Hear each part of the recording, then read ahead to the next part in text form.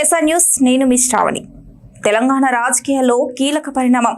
Revanth operation BRS వేగంగా కొనసాగుతోంది. BRS ముఖ్యులు కాంగ్రెస్ బాట పడుతున్నారు. అటు బీజేపీ తమ పట్టు పెంచుకునే ప్రయత్నం చేస్తోంది. ఉద్యమ పార్టీగా 10 ఏళ్లు పాలించిన బీఆర్ఎస్ భవిష్యత్తుపై భిన్నాభిప్రాయాలు వ్యక్తమవుతున్నాయి. ఈ సమయంలోనే మాజీ సీఎం కేసీఆర్ కీలక నిర్ణయం దిశగా అడుగులు వేస్తున్నారు. ప్రజలతో మమేకమయ్యేలా కొత్త ప్రణాళికలు సిద్ధం చేస్తున్నారు. మాజీ ముఖ్యమంత్రి కేసీఆర్ పార్టీ బలోపేతంపైన ఫోకస్ చేశారు.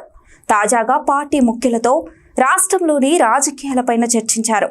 వరుసగా ఎమ్మెల్యేలు పార్టీ వీయడంపైన స్పందించారు. అధికారం వైపు సొంత పార్టీ నేతలు వెళ్లినా ఎలాంటి ఇబ్బంది లేదని చెప్పుకొచ్చారు. ఇచ్చిన హామీలు అమలు చేయలేక కాంగ్రెస్ ప్రభుత్వం పైన ప్రజల్లో వ్యతిరేకత ఉందని కేసీఆర్ చెబుతున్నారు. ప్రజల్లోనే తిరుగుబాటు మొదలైందని విశ్లేషిస్తున్నారు. గతంలో తాము అధికారంలో ఉన్న రోజులను ప్రజలు గుర్తు చేసుకుంటున్నారని కేసీఆర్ చెప్పుకొస్తున్నారు.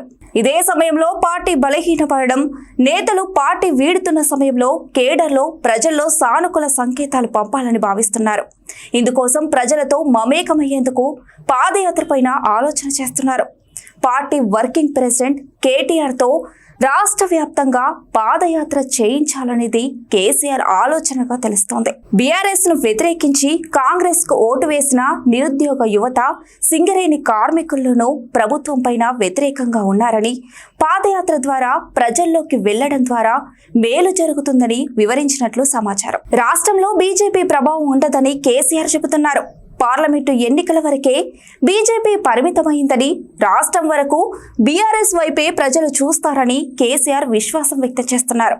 రాష్ట్రంలోని రైతాంగం ప్రభుత్వం పైన వ్యతిరేకతతో ఉందని, వారికి బాసటగా నిలుస్తూ అన్ని వర్గాల ప్రజలతో మమేకమయ్యేలా కేసీఆర్తో పాదయాత్ర గురించి త్వరలోనే నిర్ణయం తీసుకుంటారని సమాచారం. ఇక కేటీఆర్, హరీష్ రావు పార్టీ బాధ్యతలను జిల్లాల వారీగా పర్యవేక్షిస్తారని కేసీఆర్ వెల్లడించారు.